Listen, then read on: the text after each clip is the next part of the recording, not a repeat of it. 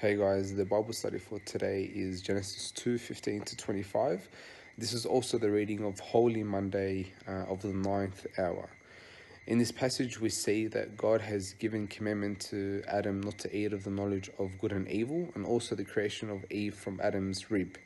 In the beginning part of the passage, we see that Adam has the authority to name all the beasts and the cattle, and also to tend and to till the land that God has created. It shows such great faith that God had on Adam, that he had to look after what he had created. He had the authority over all the beasts. He had the authority to name all the beasts as well. It just shows that Adam was like God's eyes on earth. He had also given him the gifts to do this. And God has done the same with us as well. How do we look after everything that God has created for us? Do we exercise any wisdom to look after what he has created for us? Or are we just kind of neglective of that? And then we see in the later that God has given the commandment to Adam not to eat of the knowledge of good and evil. And this is the first time we see the concept of free will. Adam has free will whether to eat of this tree or not to eat of this tree.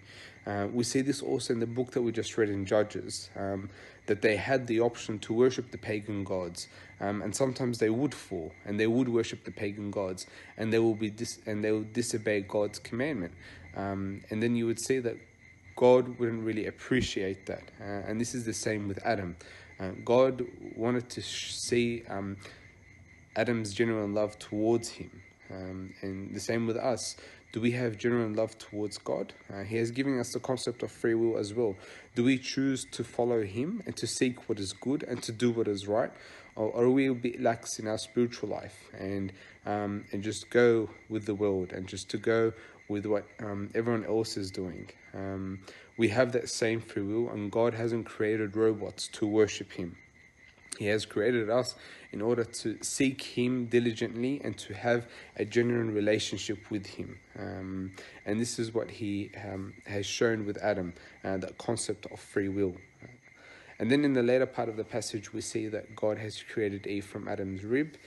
This is a very beautiful concept as well of marriage, the first time we see marriage in the Bible. And we see that it says in the Bible that God created Eve comparable to Adam. They were both in one level. No one was wiser than the other one. They were both equal, and he created them, and they were naked, but their spirit was full. And because their spirit was full, their nakedness was not shameful. And this is something good to see, that as soon as we do something that is wrong, we are ashamed of it because we are disobeying God's commandment. And this is the same with Adam and Eve, that as soon as they sinned, their nakedness was shameful. So it goes to show that as soon as we sin, we kind of separate ourselves from God. But we know the measures and the tools to come back to God, and that is confession and repentance. A nice thing going into Passion Week is to know that am I choosing what is good? I have free will to choose to have a genuine relationship with God. Am I choosing it, or am I deciding to maybe lax in my spiritual life? And glory be to God forever and ever. Amen.